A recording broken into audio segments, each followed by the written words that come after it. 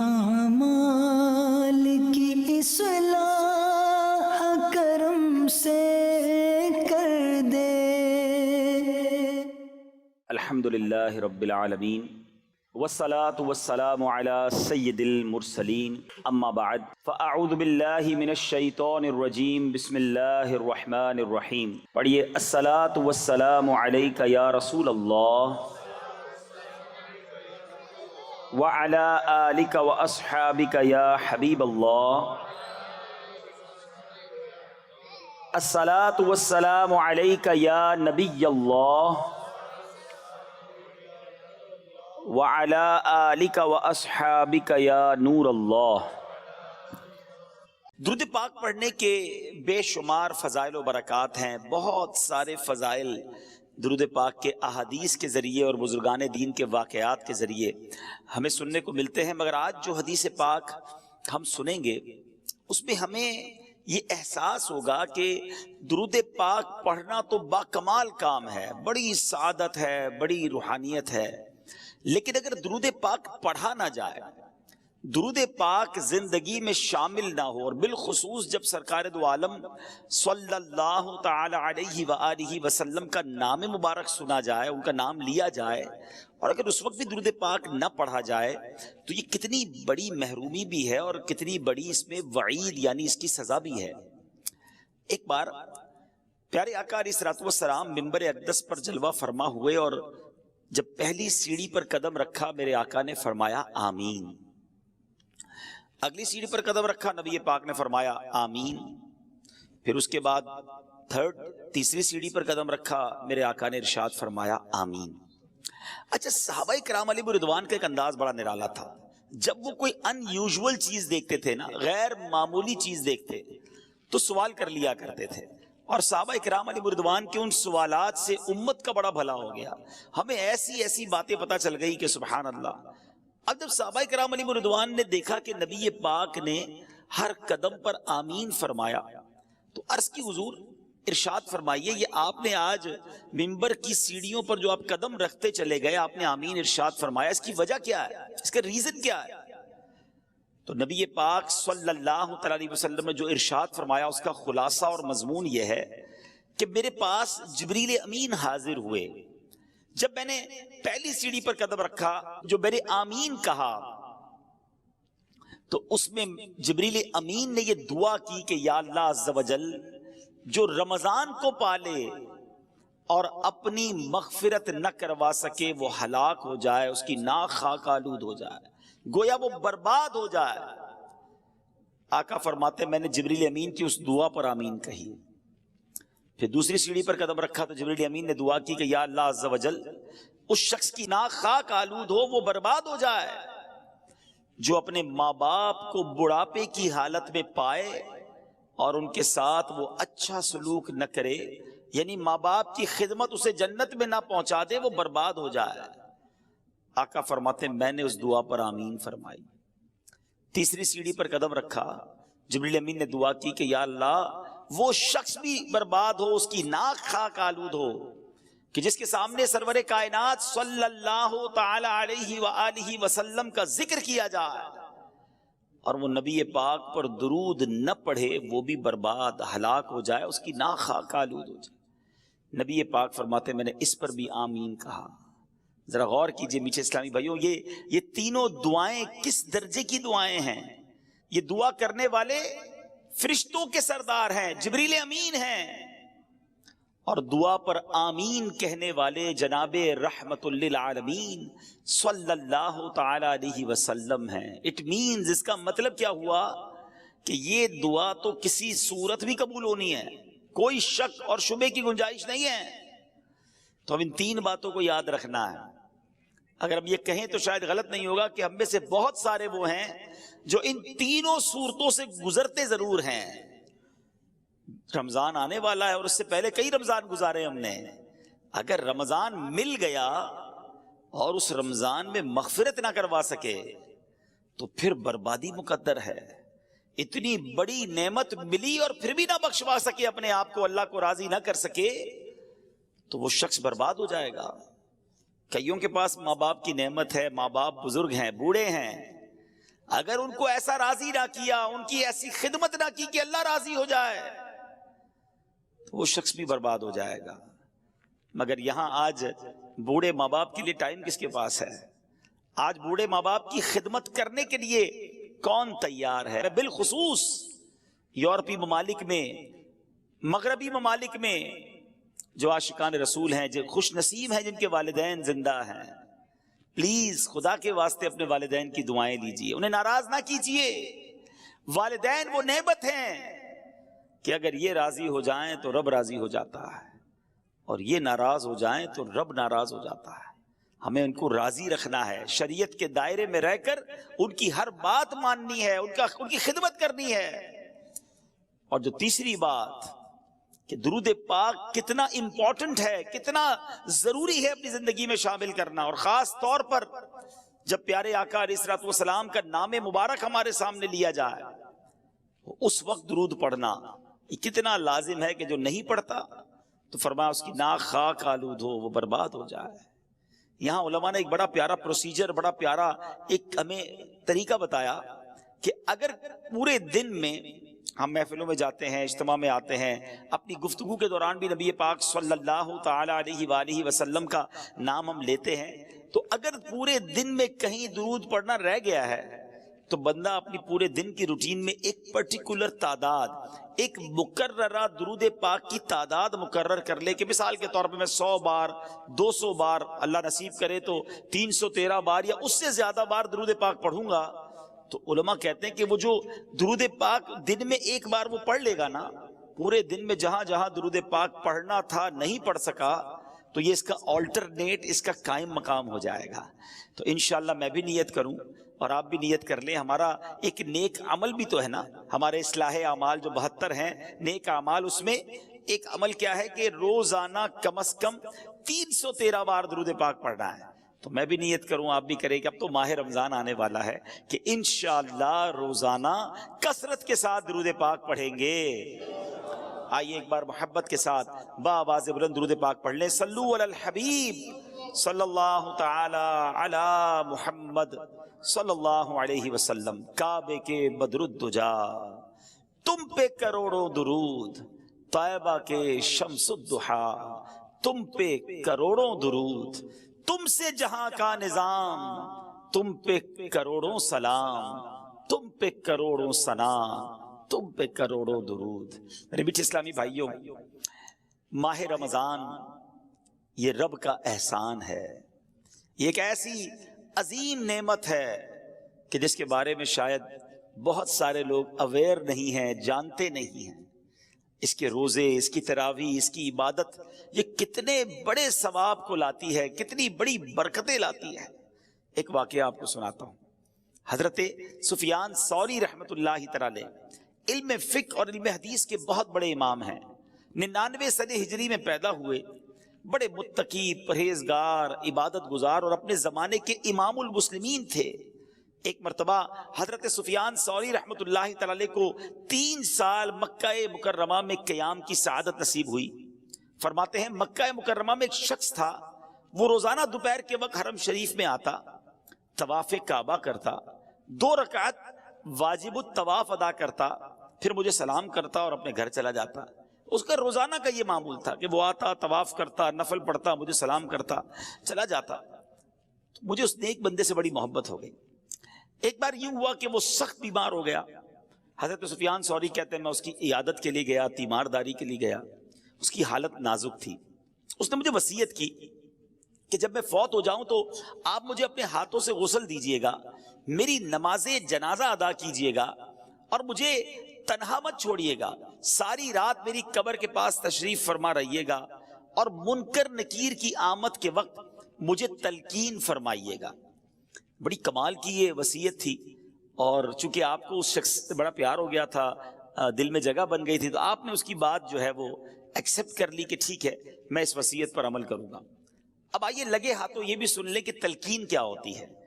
یہ کمال کا ایک طریقہ ہے اور بہت سو کو شاید نہیں پتا ہوتا، اور یہ احادیث میں یہ طریقہ ملتا ہے کہ تلقین کا معنی ہے، میننگ آف تلقین نصیحت کرنا، سکھانا، کسی کو ٹرین کرنا، سکھانا۔ جب میت کو قبر میں اتارا جاتا ہے، مٹی ڈال دی جاتی ہے، اس وقت کوئی شخص قبر کے سرہانے کھڑے ہو کر میت اور اس کی ماں کا نام لے کر پکارتا ہے، یعنی یا فلاں بن فلانا، ٹھیک ہے نا. مثال کے طور پہ کسی کا نام اگر اختر ہے اور والدہ کا نام آمنہ ہے تو یا اختر بن آمنہ پکارے گا. مردہ اس کی آواز تو سنتا ہے مگر جواب نہیں دے گا. اس کے بعد تلقین کرنے والا دوبارہ پکارے گا، یا اختر بن آمنہ، جو بھی نام ہوگا اس کا. اس بار مردہ اس کی آواز سن کر سیدھا بیٹھ جاتا ہے. تلقین کرنے والا تیسری بار یوں پکارے گا، یا فلاں بن فلانا. اس بار مردہ اس شخص سے کہتا ہے مجھے تلقین کر، اللہ پاک تجھ پر رحم فرمائے. اچھا، وہ تلقین کرنے والا مردے کا جواب نہیں سنتا، لیکن یہ قبر میں ہو رہا ہوتا ہے. اب تلقین کرنے والا کہتا ہے اذکر ما خرجت علیہ من الدنیا، یاد کر دنیا سے کس حال میں گیا تھا. شہادت اللہ الہ الا اللہ وان محمدا عبدہ ورسولہ، تو گواہی دیتا تھا کہ اللہ پاک کے سوا کوئی عبادت کے لائق نہیں اور محمد صلی اللہ تعالی علیہ وسلم اللہ کے بندے اور رسول ہیں. وَأَنَّكَ رَضِيتَ بِاللَّهِ رَبًّا وَبِالْإِسْلَامِ دِينًا وَبِمُحَمَّدٍ نَبِيًّا وَبِالْقُرْآنِ إِمَامًا. تو اللہ پاک کے رب ہونے پر، اسلام کے دین ہونے پر، محمد صلی اللہ تعالی علیہ وسلم کے نبی ہونے پر اور قرآن کے امام ہونے پر راضی تھا. یعنی اب قبر کے پاس کھڑے رہ کے کوئی شخص یہ کہے تو مردہ قبر میں سن رہا ہوتا ہے. اللہ اکبر. جب تلقین کرنے والا مردے کو یہ بتاتا ہے نا تو حدیث پاک میں آتا ہے منکر نکیر یعنی قبر میں سوال پوچھنے والے فرشتے ایک دوسرے کا ہاتھ پکڑ کر کہتے ہیں چلو اب ہم اس کے پاس کیا بیٹھیں، لوگ تو اس کو دلیل سکھا چکے ہیں، اس کو جواب پتہ چل گئے ہیں. اللہ اکبر. مرنے والے پر یہ کام کرنا، یہ تلقین کرنا بڑا احسان ہے. اگر تھوڑا سا وقت نکال کر تلقین کرنے سے مرنے والا سوالات قبر سے بچ جاتا ہے تو تلقین کرنے میں ہرگز سستی نہیں کرنی چاہیے. یاد رہے کہ یہ تلقین جو ہے عربی زبان میں ہی ہوگی، تو یہ یاد کر لیں. اللہ کرے کہ ہمارے بچے بھی یاد کر لیں تو ہمارے انتقال ہونے کے بعد قبر میں جائیں تو کوئی سرہانے کھڑے ہو کر اگر یہ تلقین کر دیتا ہے اور مردے کا بھلا ہو جاتا ہے تو سبحان اللہ، یہ تو بہت بڑا احسان ہے اس پر. اچھا، یہ یاد رہے کہ ایک تو تلقین عربی میں ہوگی اور مرنے والے کے ساتھ اس کی ماں کا نام لینا ہے. اگر والدہ کا نام نہیں پتا تو تمام انسانوں کی والدہ حضرت حوا رضی اللہ تعالی عنہا کا نام لینا ہے. اب حضرت سفیان ثوری فرماتے ہیں کہ اس نیک شخص نے مجھے جیسے وصیت کی تھی میں نے ایسے ہی کیا. اس کا انتقال ہوا، میں نے غسل دیا، میں نے نماز جنازہ ادا کی، قبر میں اتارا. اس نے وصیت کی تھی کہ اپنے ہاتھوں سے آپ نے قبر میں اتار کر رات وہیں رہنا ہے. میں قبر کے پاس بیٹھ گیا، ذکر و اذکار چلتے رہے. کہتے رات جب سب لوگ چلے گئے تو میں نے اس کو، مجھے اونگ آ گئی، نیند آ گئی. حالت نیند میں مجھے غیبی آواز آئی، کوئی کہہ رہا تھا اے سفیان، اس کو تیری تلقین اور قربت کی کوئی حاجت نہیں ہے، ہم نے خود ہی سے انس دے دیا ہے، خود ہی سبحان اللہ اللہ کی طرف سے اس پر برکتیں نازل ہو گئی ہیں اور تلقین بھی کی ہے. حضرت سفیان کہتے ہیں کہ اس کو کس عمل سے یہ رتبہ ملا، اتنا بڑا مقام اسے کیسے ملا؟ تو آواز آئی رمضان المبارک اور اس کے بعد شوال المکرم کے 6 روزے رکھنے سے. حضرت سفیان ثوری فرماتے ہیں اس ایک رات میں 3 مرتبہ میں نے یہ خواب دیکھا، میں رحمت مغفرت دوزخ سے آزادی کا سائل ہوں، میں رحمت مغفرت دوزخ سے آزادی کا سائل ہوں، ماہ رمضان کے صدقے میں فرما دے کرم مولا، براعت دے عذاب قبر سے، نارے جہنم سے، ماہ شعبان کے صدقے میں کر فضل و کرم مولا. نہیں درکار وہ خوشیاں جو غفلت کا بنے سامان، عطا کر اپنی الفت اپنے پیارے کا تو غم مولا. اے میرے میٹھے اسلامی بھائیوں، سب کو، آپ سب کو مبارک ہو کہ اللہ پاک کے کرم سے، اس کے فضل اور احسان سے ایک بار پھر رمضان مبارک تشریف لا رہا ہے. ابھی چند دن بعد ایک شام آئے گی جب نگاہیں آسمان کی طرف لگی ہوئی ہوں گی، چاند دیکھنے کی کوشش کی جا رہی ہوگی، ایک طرف سے آواز آئے گی دیکھو وہ رمضان کا چاند نظر آ گیا. اس کے ساتھ ہی مساجد سے یہ اعلان ہونے لگیں گے سب عاشقان رسول کو مبارک ہو، عظمتوں، رفعتوں، برکتوں، مغفرتوں والے مہینے رمضان المبارک کا چاند نظر آ گیا انشاءاللہ اللہ نے چاہا جلد یہ اعلان سنیں گے انشاءاللہ۔ مرحبا صد مرحبا، پھر آمد رمضان ہے، کھل اٹھے مرجھائے دل، تازہ ہوا ایمان ہے، یا خدا ہم عاصیوں پر یہ ایک بڑا احسان ہے، زندگی میں پھر عطا ہم کو کیا رمضان ہے۔ اے میرے میٹھے اور محترم اسلامی بھائیوں، رمضان کی عظمت سمجھیے، رمضان کا مقام سمجھیے، یہ مہینہ رب کریم کی بارگاہ میں کس قدر بڑا مرتبہ رکھتا ہے۔ ہمیں شاید بہت سارے ناظرین کو یہ تو پتا ہے، قرآن کی یہ آیت بھی سنی ہوگی، شہر رمضان الذی انزل فیہ القرآن، رمضان کا مہینہ جس میں قرآن اترا۔ مگر شاید بہت سارے ناظرین کو یہ نہیں پتا کہ اللہ کریم نے جو 4 بڑی آسمانی کتابیں اس دنیا میں نازل فرمائیں، تورات، زبور، انجیل اور قرآن، سبحان اللہ، میرے آقا علیہ الصلوۃ والسلام فرماتے ہیں کہ حضرت ابراہیم کے صحیفے رمضان کی پہلی رات نازل ہوئے، تورات شریف رمضان کی 7ویں رات نازل ہوئی، انجیل شریف رمضان مبارک کی 14ویں رات نازل ہوئی، اور ابن ابی شیبہ کی روایت میں ہے کہ زبور شریف رمضان المبارک کی 6 تاریخ کو نازل ہوئی، سبحان اللہ، اور شب قدر کو سبحان اللہ رب قرآن مجید جو ہے اس کو نازل کیا گیا۔ تو اے میرے میٹھے اسلامی بھائیوں، آپ ذرا غور کیجئے کہ 4 بڑی آسمانی کتابیں جو ہیں وہ اللہ کریم نے پورے سال میں جو مہینہ پسند فرمایا وہ رمضان کا مہینہ ہے، اور قرآن جو رب کا کلام، آخری کلام، سرچشمہ ہدایت جو ہے وہ میرے آقا علیہ الصلوۃ والسلام کے قلب منور پر 23 سال کے عرصے میں درجہ بدرجہ اور جو سمجھیے کہ وقفے سے وہ جبریل امین لاتے رہے، وہ نازل ہوا۔ تو اے میرے میٹھے اسلامی بھائیوں، ذرا غور کیجئے اس مہینے کا مقام کیسا ہے، یہ کتنی بڑی اللہ کی مہربانی ہے کہ رب کریم، بس اب اللہ سے دعا کرتے ہیں کہ یا اللہ یہ چند دن بھی خیر سے نکل جائیں، ہمیں خیر کے ساتھ، عافیت کے ساتھ ماہ رمضان عطا بھی فرما، اور اس مہینے میں خوب روزے رکھنا، تراویح پڑھنا اور عبادتیں کرنا نصیب فرما۔ میرے میٹھے اسلامی بھائیوں، سرکار غوث اعظم پیران پیر شیخ عبد القادر جیلانی رضی اللہ تعالیٰ عنہ کیا خوب فرماتے ہیں۔ رمضان میں کتنے حروف ہیں؟ را، میم، ضاد، الف اور نون۔ غوث پاک کتنی پیاری تفصیل بیان کرتے ہیں کہ را سے مراد رضوان اللہ یعنی رضا الہی ہے، میم سے مراد محابات اللہ عن العصاة یعنی اللہ پاک کی گناہ گاروں پر رحمت اور مہربانی فرمانا ہے۔ لفظ رمضان میں جو تیسرا حروف ضاد ہے اس سے مراد ضمان اللہ یعنی اللہ پاک کی امان ہے۔ چوتھا لفظ الف ہے، اس سے مراد الفت اللہ محبت الہی ہے۔ آخری لفظ نون، اس سے مراد نور اللہ۔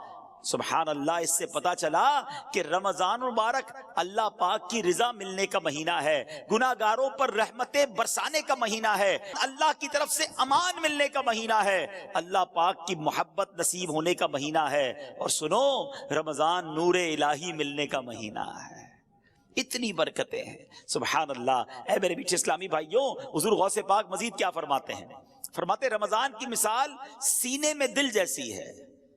ذرا غور کیجئے کہ پورے جسم کی موسٹ امپورٹنٹ تھنگ جو ہے وہ دل ہے۔ فرمایا رمضان کی مثال سینے میں دل جیسی ہے، دل کو نور ایمان اور نور معرفت سے زینت و خوبصورتی ملتی ہے۔ اسی طرح رمضان مبارک کو تلاوت قرآن کے نور سے آراستہ اور مزین کیا جاتا ہے۔ کیا پیاری بات فرماتے ہیں کہ رمضان کی مثال انسانوں میں انبیاء جیسی ہے، جیسے لوگوں میں نبیوں کا مرتبہ ہے نا۔ فرمایا عام مہینوں میں رمضان کی مثال جس طرح انسانوں میں انبیاء جیسی ہے۔ فرمایا کیونکہ انبیاء مجرموں کی شفاعت کرتے ہیں، رمضان بھی روزہ داروں کی شفاعت فرمائے گا۔ اچھا آگے فرماتے ہیں رمضان کی مثال شہروں میں، پوری دنیا میں کتنے شہر ہیں مگر مکہ مدینے کی بات ہی نرالی ہے نا۔ غوث پاک کہتے ہیں رمضان کی مثال شہروں میں مکہ اور مدینہ جیسی ہیں کہ ان شہروں میں دجال داخل نہیں ہو سکے گا، اور رمضان المبارک میں سرکش شیطانوں کو زنجیریں ڈال کر قید کر دیا جاتا ہے۔ فرمایا ان تمام برکتوں اور فضیلتوں کے ہوتے ہوئے بھی جو شخص رمضان المبارک میں اپنی بخشش نہ کروا سکے تو اور کس مہینے میں بخشا جائے گا؟ پھر کون سا وقت آئے گا جب بخشش ہوگی؟ ہر مسلمان کو چاہیے اس ماہ مقدس میں خوب توبہ کرے، اس سے پہلے کہ توبہ کا دروازہ بند کر دیا جائے۔ ہر مسلمان کو چاہیے کہ اس ماہ مبارک میں کثرت کے ساتھ گریہ و زاری کرے، اس سے پہلے کہ رحمت کا وقت گزر جائے۔ بھائیوں بہنوں، گناہوں سے سبھی توبہ کرو، خلد کے در کھل گئے، داخلہ آسان ہے، آ گیا رمضان، عبادت پر کمر اب باندھ لو، فیض لے لو جلد، یہ دن 30 کا مہمان ہے۔ یہ موقع آ رہا ہے، یہ وقت آ رہا ہے اللہ کو راضی کرنے کا، یہ وقت ہمیں مل رہا ہے رحمتیں لوٹنے کا۔ اے میرے میٹھے اسلامی بھائیوں، آئیے کچھ احادیث کے مطابق مزید ماہ رمضان کے فضائل سنتے ہیں۔ دیکھیں رمضان کی پہلی رات، بہت امید ہے کہ چند دنوں میں انشاءاللہ وہ پہلی رات آ جائے گی۔ وہ پہلی رات بھی بڑی اہمیت والی ہے۔ اس پہلی رات جب آتی ہے، آسمانوں کے دروازے کھول دیے جاتے ہیں اور آخری رات تک بند نہیں ہوتے۔ جو بندہ ماہ رمضان کی رات میں نماز پڑھتا ہے، اللہ عز و جل اس کے ہر سجدے کے بدلے اس کے لیے 1500 نیکیاں لکھتا ہے اور اس کے لیے جنت میں سرخ یاقوت کا گھر بناتا ہے۔ اے تراویحاں پڑھنے والوں تمہیں مبارک ہو، اے نمازیں پڑھنے والوں تمہیں مبارک ہو، اے رات میں عبادت کرنے والوں تمہیں مبارک ہو۔ ہر سجدے پر 1500 نیکیاں ہیں اور سرخ یاقوت کا گھر مل رہا ہے۔ جو ماہ رمضان کا پہلا روزہ رکھتا ہے، ابھی تو سٹارٹ ہوتے ہی دیکھو ہیں، پہلے دن اور پہلی رات سے ہی برکتوں کا کیسا حال ہے۔ فرمایا جو پہلا روزہ رکھتا ہے اس کے پچھلے گناہ معاف کر دیے جاتے ہیں۔ صبح سے شام تک 70,000 فرشتے اس کے لیے دعائیں مغفرت کرتے رہتے ہیں۔ رات اور دن میں جو بندہ جب بھی سجدہ کرتا ہے، اس کے ہر سجدے کے بدلے اسے جنت میں ایک ایسا درخت عطا کیا جاتا ہے کہ اس کے سائے میں گھوڑ سوار جو ہے وہ 500 سال تک چلتا رہے۔ اتنا بڑا درخت جنت میں دیا جائے گا۔ ہر سجدے کے بدلے نوافل پڑھنے والے، نمازیں پڑھنے والے، اوابین پڑھنے والے، تہجد پڑھنے والے، تراویح پڑھنے والے، ان سب کو مبارک ہو۔ آئیے میٹھے اسلامی بھائیوں، میں بھی نیت کروں، آپ بھی نیت کریں کہ رمضان کے پورے روزے رکھیں گے۔ رمضان کی جتنی نمازیں انشاءاللہ پڑھیں گے اس میں ساری سنتیں، سارے نوافل بھی پڑھیں گے، انشاءاللہ پوری تراویح پڑھیں گے، خوب تلاوت قرآن کریں گے۔ دیکھیں نا کاروباری لوگوں کا حال کیا ہوتا ہے، جو بزنس مین ہوتے ہیں، ہر بزنس کا ایک سیزن آتا ہے۔ گرمیوں میں کولر والے کہتے ہیں ہمارا سیزن آیا ہے، ایئر کنڈیشن والے کہتے ہیں ہمارا بڑا سیزن آیا ہے، پنکھے والے بڑے مصروف ہو جاتے ہیں، برف والوں کا کام چمک جاتا ہے، وہ کہتے ہیں وقت آیا ہے کمانے کا۔ سردیاں آتی ہیں تو کمبل والے، ہیٹر والے، بہت سارے ایسے کام ہیں جو سردیوں میں چلتے ہیں۔ شادیاں آتی ہیں تو شادیوں کا سیزن آتا ہے تو کپڑے والوں کا سیزن چل پڑتا ہے۔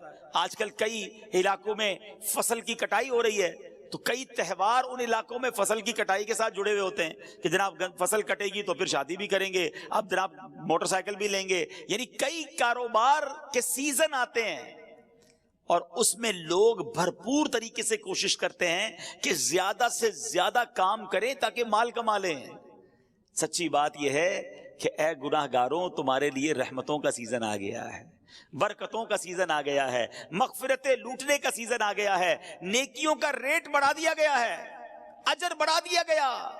نفل کا ثواب فرض کے برابر، فرض کا ثواب 70 گنا کر دیا گیا۔ میرا اور آپ کا جو خطرناک ترین دشمن ہے شیطان، اسے قید کر دیا گیا۔ کتنا آسان کر دیا گیا عبادت کرنا۔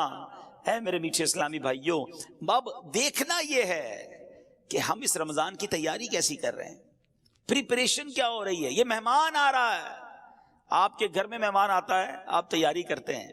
اچھا، جیسا مہمان ویسی تیاری کرتے ہیں، ٹھیک ہے نا؟ جتنا قریبی مہمان ہوتا ہے اس کے لیے زیادہ تیاری ہوتی ہے، لیکن رمضان کے لیے کوئی تیاری ہے؟ ذرا سوچئے۔ اچھا، رمضان کے لیے تیاری نہیں ہوتی ہے لیکن عید کے لیے تیاری ہوتی ہے، جو پورا رمضان گزار کر ایک دن کے لیے آتی ہے۔ بلکہ کچھ لوگ تو رمضان میں عید ہی کی تیاری کر رہے ہوتے ہیں، کپڑے کون سے لینے ہیں، اس دن کیا بنانا ہے۔ بدقسمتی سے ایسا بھی سننے کو ملتا ہے کہ یار کل ذرا عید کی تیاری کے لیے مارکیٹ میں جانے سے روزہ نہیں رکھیں گے، بڑا رش ہوگا۔ استغفر اللہ، جس رمضان کے صدقے عید ملی اس کی تیاری ہو رہی ہے، مگر جو رمضان اللہ کی طرف سے ہماری بخشش کروانے آیا ہے اس کی تیاری نہیں ہے۔ رمضان کی اہمیت سمجھنے کے لیے یہی حدیث کافی ہے کہ اللہ کے حبیب صلی اللہ تعالی علیہ وسلم فرماتے ہیں کہ اس کا مضمون ہے، اگر میری امت کو پتا ہوتا کہ رمضان کیا ہے تو میری امت تمنا کرتی کہ سارا سال ہی رمضان ہوتا۔ اللہ اکبر۔ اے میرے بیچ اسلامی بھائیو، مولا علی شیر خدا کرم اللہ تعالی وجہ کریم کیا کمال کی بات فرماتے ہیں، جس کا مضمون ہے کہ اگر اللہ کو اس امت کو عذاب دینا ہوتا تو اللہ کریم اس امت کو رمضان اور سورہ اخلاص نہ عطا فرماتا۔ یہ آیا اسی لیے ہے کہ میں اور آپ بخشے جائیں، ہماری بخشش کر دی جائے، ہمارے گناہ معاف کر دیے جائیں۔ دیکھیں نا، سارا سال میں اور آپ دعا کرتے ہیں یا اللہ سن لے، کرم فرما، ہم پر رحمت فرما، توبہ قبول کر لے، مغفرت فرما دے۔ یہ ایک بندے کی رب کی بارگاہ میں التجا ہوتی ہے نا، مگر رمضان میں معاملہ کیا ہوتا ہے کہ رمضان کی راتوں میں آسمان دنیا سے ندا دی جاتی ہے، رحمت کی صدا ہوتی ہے کوئی مانگنے والا کہ اس کی مغفرت کر دی جائے، ہے کوئی توبہ کرنے والا اس کی توبہ قبول کی جائے، ہے کوئی سوالی کہ اس کا سوال پورا کیا جائے۔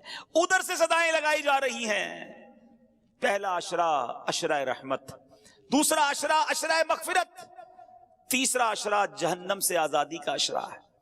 میرے میٹھے اسلامی بھائیو، ذرا غور کیجئے کہ رمضان میں مغفرتیں کتنی ہوتی ہیں۔ احادیث میں مضمون ملتا ہے کہ روزانہ افطار کے وقت 10 لاکھ گناہ گاروں کو جہنم سے آزاد کر دیا جاتا ہے، ڈیلی، روزانہ۔ فرمایا کہ جب رمضان میں جمعے کا دن آتا ہے، جمعرات کی رات اور جمعے کے دن ہر لمحے 10 لاکھ بخشے جا رہے ہیں۔ اور پھر فرمایا جب رمضان کی آخری رات آتی ہے نا تو جتنے پورے مہینے میں بخشے تھے اس کی تعداد کے مطابق اتنے گناہگار اور جہنم سے آزاد کر دیے جاتے ہیں۔ ہمارے کیلکولیٹر جواب دے جائیں گے، اتنے لوگ بخشے جاتے ہیں، اس میں بھی چند بد نصیب ہوتے ہیں جو نہیں بخشے جاتے۔ اور اس کے بارے میں آپ نے سن لیا شروع میں کہ جو رمضان کو پائے اور اپنی مغفرت نہ کروا سکے وہ ہلاک و برباد ہو جائے۔ اے میرے بیچ اسلامی بھائیوں، ہمیں پلاننگ کرنی ہے، ہمیں تیاری کرنی ہے کہ رمضان گزارنا کیسے ہے۔ آج گھر میں دعوت ہو تو کتنی بار گھر میں مشورہ ہوتا ہے، بڑی دعوت تو زیادہ مشورے کہ پہلے کیا کھلائیں گے، مہمانوں کو پہلے کیا پیش کریں گے، بعد میں کیا دیں گے، میٹھا کیا ہوگا، بٹھائیں گے کدھر، لسٹ کیا ہوگی۔ اور رمضان آ رہا ہے، اتنا بڑا مہینہ آ رہا ہے، اتنا بڑا ہمارے لیے مغفرت کروانے کے لیے رب کا احسان آ رہا ہے، اس کی کوئی تیاری، کوئی پلاننگ، کوئی مشورہ کہ کتنی بار تلاوت کروں گا، کتنے قرآن ختم کرنے ہیں، میں نے کتنے نوافل پڑھنے ہیں، میں نے کہاں کہاں اپنا وقت گزارنا ہے۔ الحمدللہ مدنی چینل پر جس طرح نشریات آ رہی ہیں، کون سے وقت کون سا میں نے پروگرام دیکھنا ہے، مدنی مذاکرے کے وقت کس طرح میں نے وقت نکالنا ہے، ارے ابھی سے پلاننگ کرو۔ اور سبحان اللہ، افطار کے وقت جو دعا مدنی چینل پر نشر کی جاتی ہے، خاص قبولیت کی گھڑیاں ہوتی ہیں، کروڑوں ہاتھ اٹھے ہوتے ہیں، نہ جانے کس کی آمین کے صدقے ہمارا بیڑا پار ہو جائے۔ تو ہمیں رمضان کی پلاننگ کرنی ہے۔ اچھا، پلاننگ ہو رہی ہوگی کچھ گھروں میں، افطاری کا سامان کون سا لینا ہے، کون سی آئٹم افطاری میں بنانی ہے، سحری میں کیا بنانا ہے۔ کچھ کاروباری لوگ اپنا پلان بنا رہے ہوں گے کہ اسٹور میں کون سا مال بھر لیں تاکہ جناب ریٹ بڑھ جائیں گے پھر رمضان میں بیچیں گے۔ میرے میٹھے اسلامی بھائیوں، رمضان کھانے پینے کا فیسٹیول نہیں ہے۔ بدقسمتی سے جب ہم نکلتے ہیں نا سڑکوں پر تو بورڈ لگ جاتے ہیں، 2 قسم کے بورڈ ہوتے ہیں کہ یا تو یہ آئٹم خرید لیں کھانے پینے کی جس کی یہ اسکیم ہے، یا ہوٹل والے بورڈ لگاتے ہیں کہ بھائی ہمارے پاس افطار میں یہ آئٹمز ہوں گی، سحری میں یہ ہوگا، اتنے کا پیکج ہوگا۔ ایسا لگتا ہے اگر کوئی عام آدمی آئے نا باہر سے، مسلمان نہ بھی ہو، اور وہ ہمارے شہر کا یا ہمارے ملک کا چکر لگائے تو شاید اس کو ایسا لگے گا کہ مسلمانوں میں کوئی کھانے پینے کا تہوار ہو رہا ہے، ایسا لگ رہا ہے کوئی مقابلہ ہو رہا ہے کہ کیا کتنا کھانا ہے اس مہینے میں۔ شاید وہ یہ نہیں سمجھ سکے گا کہ یہ بھوکے رہنے کا، روزہ رکھنے کا مہینہ ہے۔ عام آدمی کو تو شاید یہ فیل ہوگا کہ یہ کوئی کھانے پینے کا فیسٹیول ہو رہا ہے۔ توبہ توبہ توبہ، ہم نے رمضان کو یوں سمجھیے ایک کھانے پینے کا تہوار اور ایک عجیب سا معاملہ بنا دیا ہے۔ حالانکہ میرے بیچ اسلامی بھائیوں، رمضان جو ہے نا، اس کے 2 نام ہیں۔ آئیے میں ان 2 ناموں کے بارے میں آپ کو کچھ بتاتا ہوں تاکہ احساس ہو کہ رمضان آیا کیوں ہے اور ہم نے اس کو گزارنا کیسے ہے۔ ماہ رمضان کا ایک نام ہے ماہ صبر اور دوسرا نام ہے مواسات کا مہینہ. اچھا صبر کا مہینہ چلے یہ تو سمجھ آتا ہے کہ کھانے پینے اور ہر وہ چیز جس سے روزہ ٹوٹ جاتا ہے اس سے صبح سے شام تک صبر کیا جاتا ہے, اس لیے اسے ماہ صبر کہتے ہیں. ماہ مواسات کہنا تو اس کا مواسات کس کو کہتے ہیں؟ ہمدردی اور غم خواری کا مہینہ, بھلائی کا مہینہ. چونکہ رمضان میں سارے مسلمانوں سے خاص کر قریبی رشتہ داروں سے بھلائی کرنے میں زیادہ ثواب ہے, اس لیے اسے ماہ مواسات کہتے ہیں. علماء کرام نے روزہ فرض ہونے کی حکمتوں میں ایک حکمت یہ بھی بیان فرمائی کہ روزہ جو ہے نا بیسیکلی فقر و فاقے کا عملی طور پر احساس دلاتا ہے.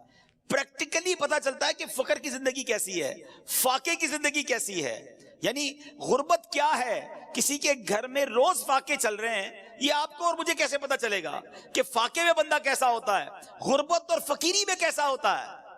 اب جب بندہ روزہ رکھتا ہے اور بھوکا ہوتا ہے, بھوک لگتی ہے, پیاس لگتی ہے اور روزانہ روزے رکھ رہا ہے, اب اسے احساس ہوتا ہے کہ میں تو کچھ افطار میں جا کے کھا لیتا ہوں, مگر غریب کئی ایسے ہیں جو ساری زندگی اسی طرح گزار رہے ہیں, فقیری میں گزار رہے ہیں, فقر و فاقے میں گزار رہے ہیں. اللہ اکبر. جب بندہ اس طرح خود بھوک کو دیکھتا ہے تو اب بھوکوں کی مدد کرنے کا جذبہ بڑھتا ہے, غریبوں کی خیر خواہی کا جذبہ بڑھتا ہے. یہ بیسیکلی روزے کی ایک حکمت علماء نے بیان کی. اعلیٰ حضرت امام اہل سنت کے والد محترم مولانا نقی علی خان رحمۃ اللہ تعالی کیا فرماتے ہیں کہ ایک شخص تھا, اسے صدقہ خیرات کا بڑا شوق تھا, خدائے خدا میں بہت خرچ کرتا, جو پیسے ہاتھ میں آتے خرچ کر دیتا. اس کے رشتہ داروں کو وہ بڑا برا لگتا تھا کہ یہ پیسے بچاتا ہی کوئی نہیں ہے, ہم جو پیسے آتے ہیں اللہ کی راہ میں بانٹ دیتا ہے. اس کو اس کے رشتہ داروں نے بند کر دیا, قید کر دیا, کھانا پینا بھی نہیں دیا, گویا اس کو قید کی اور بھوک کی سزا دی. کچھ دنوں بعد وہ بعد آیا, جب اس کو اس قید سے نکالا کہ اب شاید صحیح ہو گیا ہوگا, اب اتنا خرچہ نہیں کرے گا اللہ کی راہ میں. وہ جیسے ہی باہر آیا, باہر آتی اس نے اور صدقہ و خیرات کرنا شروع کر دیا. تو رشتہ داروں نے کہا تمہیں سمجھ نہیں آئی, قید سے سبق نہیں ملا؟ کہتا واقعی سبق ملا. پہلے تو پیسے بانٹتا تھا, بھوک نہیں دیکھی تھی, قید نہیں دیکھی تھی, تنگی نہیں دیکھی تھی. اب اندر بند ہوا تو پتا چلا بھوک کیا چیز ہے, غربت کیا چیز ہے. تو اب تو میں اللہ کی راہ میں مزید خرچ کروں گا. اچھا اس سے ایک اور بات سیکھنے کو ملی کہ روزے کی حکمت یہ ہے کہ ہم بھوکے رہیں.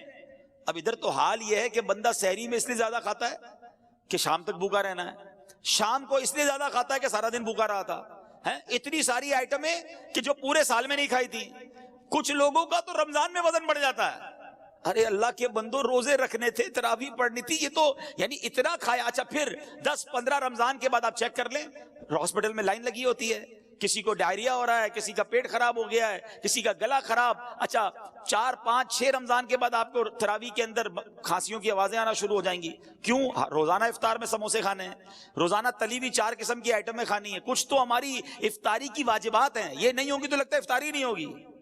اللہ اکبر. ہم نے تو رمضان کے روزوں کو کچھ اور ہی بنا دیا, حالانکہ اس میں بھوکا رہنا مقصود تھا کہ انسان. اچھا آپ جب بھوکے ہوتے ہیں نا, ایک تو غربت کا اور بھوک کا احساس, دوسرا آپ نے دیکھا ہوگا کر و فر ختم ہو جاتا ہے, عاجزی آ جاتی ہے. وہ جو ٹور ہوتی ہے نا, اکڑ کے چلنا, روب جمانا, ڈانٹنا, جھڑکنا, بالکل اس کو فیل ہونے لگتا ہے کہ یار میری اوقات ہی کوئی نہیں ہے. بالکل وہ ڈھال ہو جاتا, اس کو پتا چل جاتا ہے کہ یہ میری اوقات ہے. عاجزی سے, انکساری سے, محبت سے لوگوں سے بات کریں. اور ہم سب جب بھوکے دسترخوان پر بیٹھتے ہیں تو احساس ہوتا ہے کہ یار بھوک کیا چیز ہے. تو ہے میرے میٹھے اسلامی بھائیوں, غریبوں کی اگر غریبی کا احساس لینا ہے, بلکہ رمضان کا پراپر ایسنس لینا ہے, رمضان کا پراپر جس کو آپ کہیے کہ جو مقصود ہے وہ حاصل کرنا ہے, تو پھر انسان کو بھوکا رہنا ہے. اور اس سے یہ میسج لینا ہے, اے میرے میٹھے اسلامی بھائیوں, اگر کوئی مالدار ہے کہتا یار اللہ نے پیسے دیے ہیں, 10 قسم کی ڈشیں سحری میں بناؤں گا, 20 قسم کی افطاری میں بناؤں گا, ٹھیک ہے آپ کھا سکتے ہیں, جائز ہے, مگر جو جس کا کہتے ہیں نا کہ اس کی اصل حکمت ہے, آپ اس سے محروم ہو جائیں گے. اور اگر آپ اللہ کی رضا کے لیے سادہ رہتے ہیں, کم کھاتے ہیں, بھوکے رہتے ہیں, کم سوتے ہیں تاکہ اور عبادت کر سکیں, تو میرے میٹھے اسلامی بھائیوں اس کا مرتبہ اور ہے. حضرت بشر حافی رحمت اللہ تعالی کے بارے میں آتا ہے, آپ کسی جگہ سردی میں بیٹھ کر سردی سے کانپ رہے تھے. اچھا 5 گرم کپڑے بھی پڑے تھے, تو کسی نے کہا حضرت اتنی سردی ہے, سردی میں کانپ رہے، کپڑے بھی پڑے ہیں آپ کے پاس، پہن لیں اس کو، سردی سے بچ جائیں گے۔ کیا کمال کا جواب دیا، فرمایا پورے شہر میں سردی ہے، بہت سارے غریب ہیں جن کے پاس گرم کپڑے نہیں ہیں، اور میرے پاس اتنے پیسے بھی نہیں کہ سب کو گرم کپڑے پہنا دوں، کم از کم خود سردی میں رہ کر ان کی سردی کا احساس تو کر سکتا ہوں، غریبوں کے ساتھ اظہار یکجہتی تو کر سکتا ہوں۔ اب یہ اللہ والوں کا انداز ہے، مگر ادھر تو حال یہ ہے کہ غریب کی غربت کا مذاق اڑایا جاتا ہے، اس کو دکھا دکھا کے ایسے کام کیے جاتے ہیں جس سے اس کے دل پر اور افسوس طاری ہو جائے۔ ایک تو یہ سوشل میڈیا نے جو بیڑا غرق کیا ہے، اب تو حال یہ کہ افطار میں کیا پکا ہے پہلے اس کی تصویر جائے گی پھر افطار ہوگا، پتہ چلے آج ہمارے گھر میں کیسی افطاری بنی ہے، کون سے ہوٹل میں سحری کی ہے، کون سی جگہ پر افطاری کی ہے، دنیا بھر کو بتانا ہے تاکہ جس کے پاس پیسے نہیں ہیں وہ بھی تکلیف میں مبتلا ہو جائے۔ نہیں میرے میٹھے اسلامی بھائیوں، اگر اللہ نے آپ کو کوئی نعمت دی ہے تو اس کا مطلب یہ نہیں کہ لوگوں کو تکلیف دیں، لوگوں کو وہ نعمتوں کو دکھا کر ان کے دلوں میں رنج طاری کریں۔ یہاں تک لکھا گیا کتابوں میں کہ اپنے گھر میں اچھا کھانا بناؤ تو تھوڑا زیادہ بناؤ تاکہ پڑوسیوں کو دو، اور اگر نہیں دینا تو پھر ان کے سامنے اس کو ظاہر بھی نہ کرو۔ بڑے بڑے برگر، پیزا اور پتہ نہیں کیا کیا گھر پہ منگواتے ہیں، اور اس کے باکسز گھر کے باہر پڑے ہوتے ہیں۔ برابر والے کا بچہ غریب ہے، والد کو کہتا ہے ابو دیکھو پڑوس میں یہ آیا، ہمیں بھی یہ کھانا ہے، وہ والد کہاں سے کھلائے گا، اس کے پاس پیسے ہی نہیں ہیں۔ یا تو ساتھ دے غریبوں کا، اگر نہیں دے سکتے تو ان پر اور تکلیف طاری نہ کر دیں۔ اللہ کرے کہ یہ بات سمجھ میں آ جائے۔ یہ اپنی نعمتوں کا اظہار کر کے ایک بڑا نقصان پتہ ہے کیا کرتے ہیں، اس سے آپ حسد میں مبتلا، لوگ آپ سے حسد میں مبتلا ہو جاتے ہیں، نظریں لگ جاتی ہیں لوگوں کی۔ ہر بات اللہ نے دی ہے نا آپ کو، آپ استعمال کریں، اللہ کا شکر ادا کریں۔ ضروری ہے ہر نعمت لوگوں کو بتانا؟ پھر کہتے پتہ نہیں کوئی عمل ہو گیا ہے، کوئی نظر لگ گئی ہے۔ ارے بھائی تم نے کون سی چیز جو تمہارے پاس ہے سب تم نے سوشل میڈیا پہ ڈال دی ہے۔ آج نیا فون خریدا ہے، آج نئی گاڑی خریدی ہے، آج میں نے یہ والی کرسی خریدی ہے، تو یہ والی گھڑی خریدی ہے، کیوں بتانا ہے سب کو؟ بھائی پتا بھی تو چلے نا کتنا پیسہ ہے، تو پھر بھگتیں، پھر یہ معاملات ہوں گے۔ یہ روایتوں کا مضمون ہے کہ اپنی نعمتوں کا اظہار کر کے اپنے اوپر لوگوں کے حسد کروانے سے بچو۔ اگر اللہ نے دیا ہے یا تو سادہ رہیں یا پھر لوگوں کی مدد کریں، اور اگر نہیں کر سکتے تو یہ دکھلاوا بند کر دیں۔ تو بہرحال میرے بیچ اسلامی بھائیوں، یہ کم کھانا جو ہے نا، یہ نعمت پتہ ہے کتنی بڑی ہے، سبحان اللہ، کہ گلا سوکھتا ہے نا جب پیاس سے، بھوک اور پیاس کا خوب احساس ہونا یہ روزے کے مقاصد سے ہے۔ تو میرے بیچ اسلامی بھائیوں، اگر روزے کا اصل مقصد ہی فوت ہو جائے گا، ساتھ ہی کھانے سے طبیعت بدمزہ ہو جائے گی، معدہ بھی خراب ہونے کا امکان ہے، تو اگر آپ واقعی 30 کے 30 روزے رکھنا چاہتے ہیں، پورا مہینہ تراویح پڑھنا چاہتے ہیں، روز تلاوت کرنا چاہتے ہیں، درود پاک پڑھنا چاہتے ہیں، افطار کے وقت آنسو بہانا چاہتے ہیں، تاک راتوں میں ساری رات مسجد میں گزارنا چاہتے ہیں، تو اس کے لیے آپ کو کم کھانا ہوگا، اس کے لیے پلان کرنا ہوگا کہ یہ مہینہ اس لیے نہیں آیا کہ میں نے کھانے پینے اور مزے اڑانے ہیں، یہ مہینہ تو اللہ کی راہ میں خرچ کرنے کے لیے آیا ہے، یہ مہینہ تو سجدے کروانے آیا ہے، یہ مہینہ تو تلاوت کرنے کے لیے آیا ہے۔ تو پھر انشاءاللہ اگر آپ کی پلاننگ ہوئی تو آپ اللہ نے چاہا خوب برکتیں لوٹ سکیں گے۔ اب میں ایک اور بات آپ کو بتاؤں، ایک مسلمان یہ بھی تو چاہتا ہے نا کہ اس کو یہ پتا چلے کہ نبی پاک علیہ السلام رمضان کیسے گزارتے تھے، پیارے آقا کا رمضان کیسا ہوتا تھا۔ آؤ میں آپ کو بتاتا ہوں کہ جن کے صدقے رمضان ملا ہے، جن کے صدقے قرآن ملا ہے، بلکہ صحیح بات تو یہ ہے کہ اللہ کے نبی کے صدقے ہی ہمیں رب کا راستہ ملا ہے، انہوں نے ہی ہمیں ایمان کی دولت سے نوازا ہے۔ وہ کتنا پیارا نعت کا شعر ہے نا کہ تیرے صدقے میں آقا، تیرے صدقے میں آقا سارے جہان کو دین ملا، میرے آقا کے صدقے میں سارے جہان میں یہ دین پھیلا ہے۔ وہ آقا رمضان کیسے گزارتے تھے؟ بی بی عائشہ صدیقہ رضی اللہ تعالی عنہا فرماتی ہیں کہ جب رمضان آتا تو نبی پاک کا چہرہ انور کا جو رنگ ہے نا وہ متغیر ہو جاتا، تبدیل ہو جاتا، اور میرے آقا نماز کی کثرت فرماتے، خوب دعائیں مانگتے، گویا خوف خدا نبی پاک کے چہرہ انور پر، قلب اقدس پر طاری ہو جاتا۔ بی بی عائشہ فرماتی ہیں کہ جب نبی پاک علیہ السلام کی بارگاہ میں رمضان آتا، احادیث کا مضمون ہے، تو جبریل امین آتے تھے اور آقا ان کے ساتھ خوب قرآن کا دور فرماتے تھے۔ سبحان اللہ۔ ایک جگہ سیدنا عبداللہ ابن عباس فرماتے ہیں جب ماہ رمضان آتا تو سرکار مدینہ علیہ السلام قیدیوں کو رہا کرتے اور ہر سائل کو عطا فرماتے تھے۔ اللہ اکبر. رمضان میں آپ خصوصاً بہت زیادہ سخاوت فرماتے. جبریل امین رمضان کی ہر رات میں ملاقات کے لیے حاضر ہوتے. رسول کریم علیہ الصلوۃ والسلام ان کے ساتھ قرآن کا دور فرماتے. اور جب بھی حضرت جبریل علیہ الصلوۃ والسلام آپ کی خدمت میں آتے تو آپ علیہ الصلوۃ والسلام تیز چلنے والی ہوا سے بھی زیادہ خیر یعنی بھلائی کے معاملے میں سخاوت فرماتے.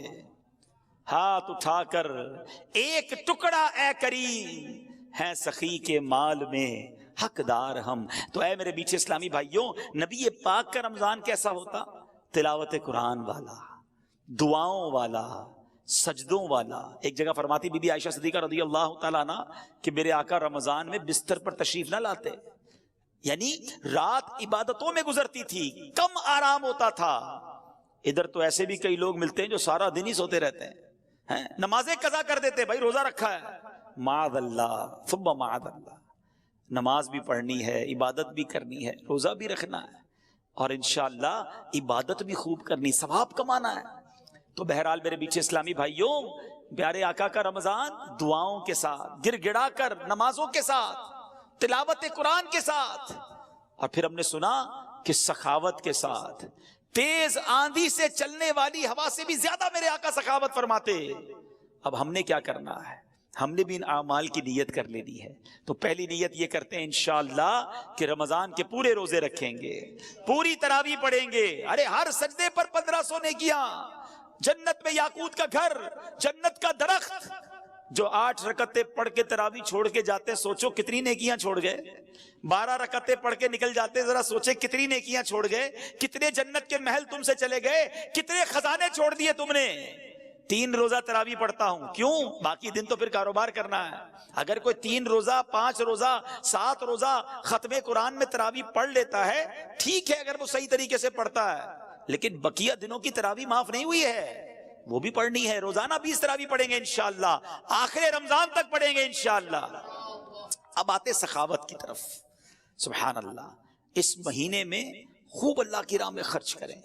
اور جب بھی اللہ کی راہ میں خرچ کریں نا، پہلے تو یہ ذہن بنا لیں، یہ جو ہوتا ہے نا کہ یار اب خرچ کریں گے تو کم ہو جائے گا، کیلکولیٹر تو یہی کہتا ہے. ہمیشہ یاد رکھیں، 1 لاکھ روپے ہیں، 5000 دے دیے تو کیلکولیٹر تو بتائے گا 95,000 رہ گئے. لیکن انشاءاللہ میرے آقا کیا فرماتے ہیں وہ میں آپ کو بتاتا ہوں.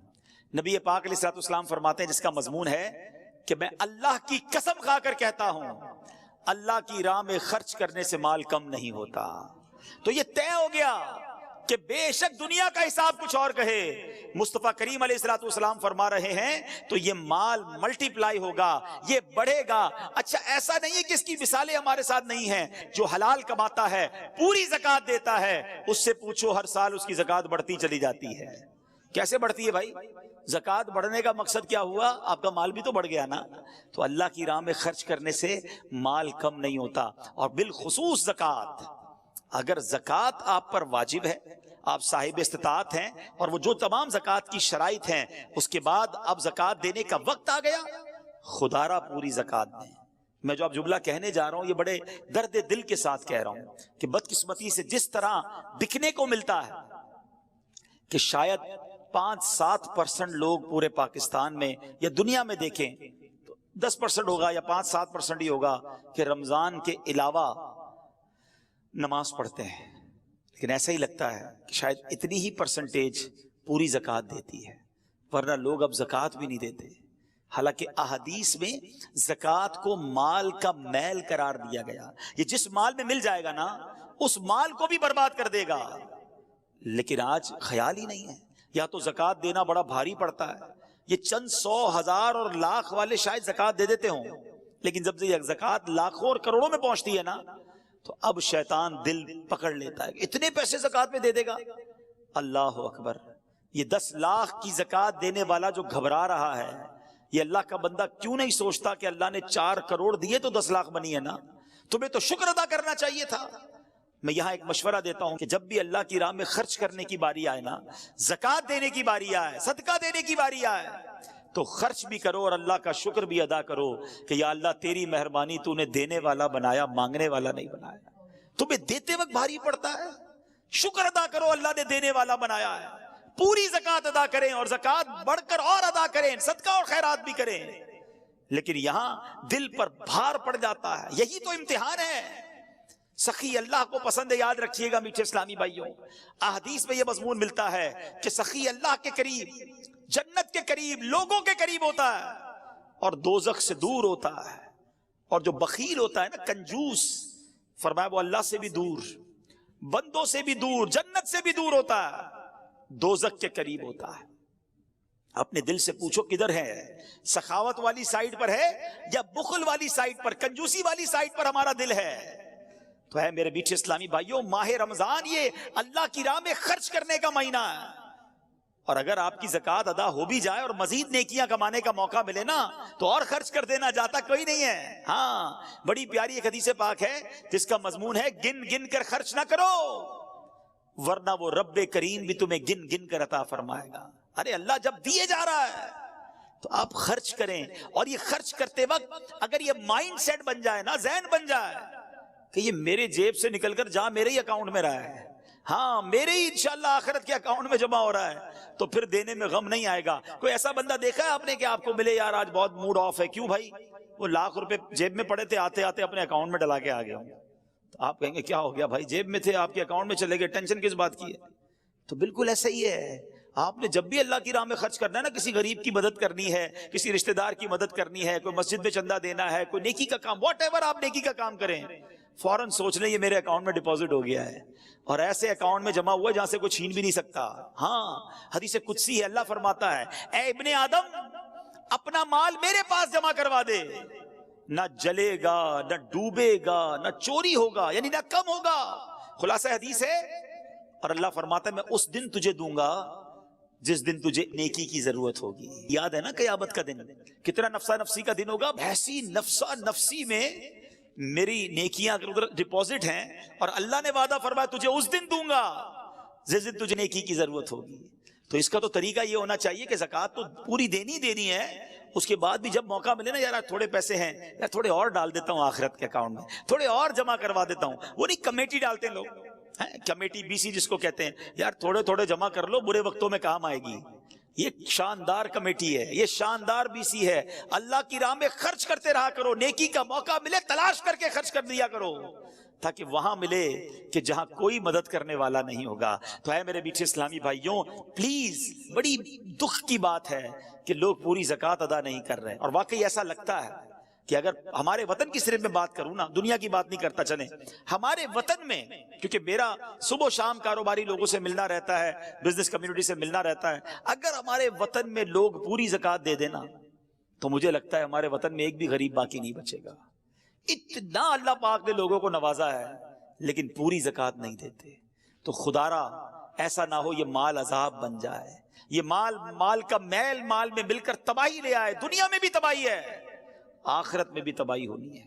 حدیث کا مضمون ہے کہ زکوٰۃ دے کر اپنے مال کو مضبوط قلعوں میں قید کر لو, آپ کا مال سیکیور ہو جاتا ہے اور بڑھتا بھی رہتا ہے, برکت بھی ملتی ہے. تو آئیے نیت کریں. اچھا, اسلامی بہنیں بھی مجھے سن رہی ہوں گی, سونا ہوتا ہے, زیور ہوتے ہیں, زکوٰۃ نہیں دیتی ہیں اور پھر یہ کہتی ہیں ہم کماتی تھوڑی ہیں. یہ سونا عذاب بنا دیا جائے گا. روایتوں کا مضمون ہے کہ اسی سے عذاب دیا جائے گا اس شخص کو, آگ کا انگارہ بنا دیا جائے گا کہ جو سونے کی زکوٰۃ نہیں دیتا. تو پلیز اگر میری بہنیں مجھے سن رہی ہیں, اسلامی بھائی سن رہے ہیں, اللہ پاک نے نوازا ہے تو اس میں کنجوسی نہ کرو, حساب کریں, پوری کیلکولیشن کریں.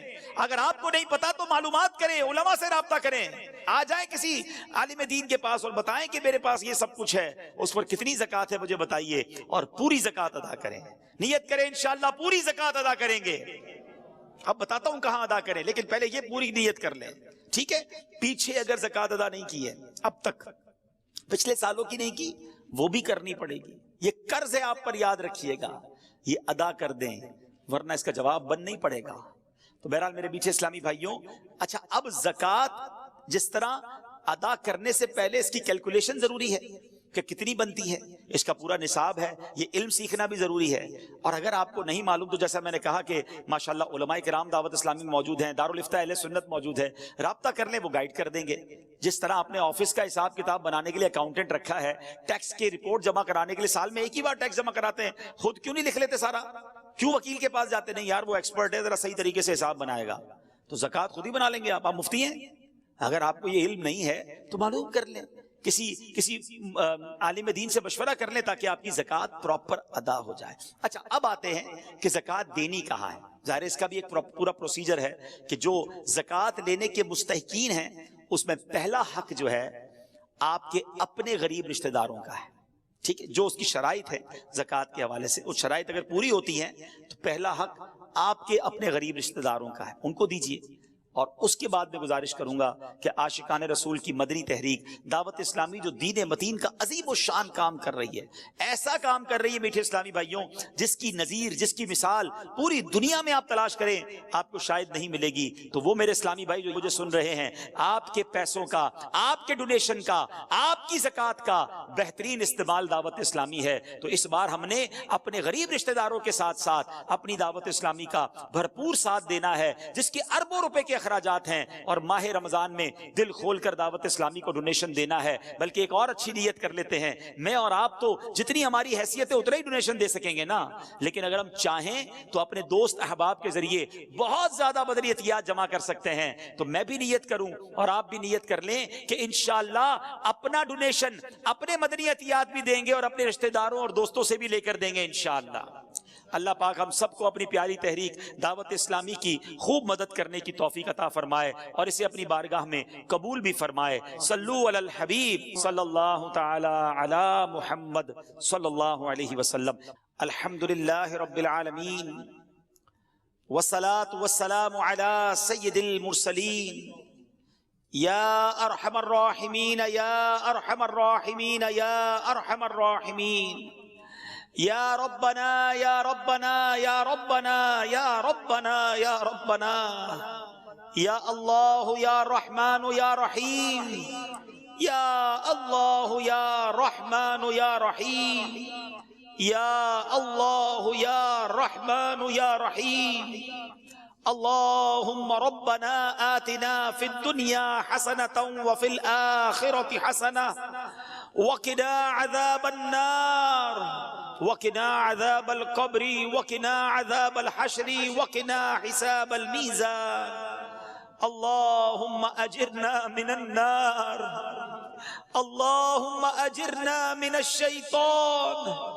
اللهم إنك عفو كريم تحب العفو فاعف عنا يا كريم فاعف عنا يا غفور يا مقلب القلوب ثبت قلبي على دينك يا مصرف القلوب صرف قلوبنا على طاعتك اللهم إنا نسألك الأمن يوم الخوف ربنا لا تؤاخذنا يوم القيامة إنك لا تخلف الميعاد إنك على كل شيء قدير ربنا حاسبني حسابا يسيرا اللهم بلغنا رمضان بالصحة وعافية اے رب کریم تیرے گناہ گار سیاہ کار بندے ہاتھ اٹھائے شرمندہ شرمندہ تیرے دربار میں حاضر ہیں۔ اے رب کریم ہمارے گناہ بہت زیادہ ہیں، ہم مانتے ہیں، مگر مالک تیری رحمت کا کوئی کنارہ نہیں ہے، تیری رحمت کے آگے ہمارے گناہ کچھ بھی نہیں ہیں۔ اے رب کریم ہم سب کی مغفرت فرما دے، ہمارے صغیرہ گناہ بھی معاف کر دے، ہمارے کبیرہ گناہ بھی معاف کر دے، ہمارے چھپ کر کیے ہوئے گناہ بھی معاف فرما، ہمارے اعلانیہ گناہوں کو معاف فرما۔ اے کریم کچھ ہی لمحوں میں، کچھ ہی دنوں میں رحمتوں والا مہینہ آنے والا ہے۔ اے اللہ ہمیں صحت کے ساتھ، عافیت کے ساتھ ماہ رمضان سے ملا دے، پورے روزے رکھنے والا بنا دے، پوری تراویح پڑھنے والا بنا دے، خوب تلاوت کرنے کا ذوق عطا فرما۔ تیری طاقت، تیری طرف سے اگر طاقت ملی تو یہ ہوگا مولا، ورنہ ہم تو سست ہیں، ہم کاہل ہیں۔ اے اللہ ایسی توفیق دے دے کہ تیرے پسندیدہ بندوں جیسا رمضان ہم بھی گزارنے میں کامیاب ہو جائیں۔ ایک رمضان تو مولا زندگی میں ایسا گزاریں گزاریں جس پہ مالک تیری بارگاہ میں خوب جی بھر کر عبادت کریں. اب تک کئی رمضان گزارے ہیں, ہمیں معلوم ہے غفلت میں گزارے ہیں, بلکہ ساری زندگی ہی ایسی گزار دی کہ ایک سجدہ یاد نہیں جو تیرے دربار کے شایان شان ہو, ایک نیکی ایسی معلوم نہیں جو تیرے دربار میں قبول ہوئی کہ نہیں. میرے مولا ہماری غفلتیں معاف کر دے, ہماری سستیاں معاف کر دے, اور اب اپنے پسندیدہ بندوں میں ہمیں شامل فرما لے. اے رب کریم, اے رب کریم, نہ جانے کہاں کہاں تیرے بندے اور تیری بندیاں ہاتھ اٹھائے اس دعا میں شامل ہوں گے. اے اللہ بیماروں کو شفا دے دے, قرض داروں کے قرضے اتر جائیں, بے اولادوں کو نیک اور صالح اولاد دے دے, جن کو اولاد دی ہے ان والدین کو اولاد کا سکھ نصیب فرما, اولاد ماں باپ کی فرما بردار بنا دے. اے رب کریم قرض داروں کے قرضے اتر جائیں, ہم سب کے رزق حلال میں برکت ڈال دے, رزق حرام سے ہم سب کو محفوظ فرما. اے اللہ کرم کر, بڑے دن ہو گئے مدینہ دیکھے مولا. اے اللہ, اے رب کریم جلدی جلدی مدینہ دکھا دے, ہمیں بھی کعبہ دکھا دے, رمضان مکہ مدینہ دکھا, اسی سال حج کی سعادت بھی عطا فرما. اے اللہ ہم سب کی جان, مال, عزت, آبرو, آل اور اولاد, دین اور ایمان کی حفاظت فرما. ہمیں حاسدوں کے حسد سے بچا لے, بد نظروں کی بد نظری سے بچا, شیطان کے شر سے بچا, جادو ٹونے آسیب سے بچا, زمینی اور آسمانی بلاؤں, زلزلوں, طوفانوں اور وائرسوں سے محفوظ فرما. اے رب کریم, اے رب کریم ہماری دعوت اسلامی کو خوب ترقیاں عطا فرما. ہمیں بھی دعوت اسلامی کا بڑھ چڑھ کر مدنی کام کرنے والا بنا دے, دعوت اسلامی کا بڑھ چڑھ کر تعاون کرنے والا بنا دے. امیر اہل سنت اور تمام علماء اور مشائخ اہل سنت کا سایہ ہمارے سروں پر تا دیر قائم و دائم فرما. اے رب کریم جو ہمارے حق میں بہتر ہے ہمیں عطا فرما دے, جو حق میں بہتر نہیں اس کا خیال بھی ہمارے دل سے نکال دے. میں کیوں کہوں مجھ کو یہ عطا ہو وہ عطا ہو, میں کیوں کہوں مجھ کو یہ عطا ہو وہ عطا ہو, وہ دو کہ ہمیشہ میرے گھر بھر کا بھلا ہو. مٹی نہ ہو برباد پسے مرگ الہی, جب خاک اڑے میری مدینے کی ہوا ہو, جب خاک اڑے میری مدینے کی ہوا ہو. ببرکت ان اللہ وملائکتہ یصلون علی النبی یا ایھا الذین آمنوا صلوا علیہ وسلموا تسلیما. صلی اللہ علی النبی الامی وآلہ صلی اللہ علیہ وسلم, صلاۃ وسلاما علیک یا سیدی یا رسول اللہ. اللہم ربی یسر ولا تعسر وتمم لنا بالخير يا فتاح وبك نستعين. وصلى الله تعالى على خير خلقه ونور عرشه سيدنا ومولانا محمد وآله وصحبه أجمعين برحمتك يا أرحم الراحمين. میرے اعمال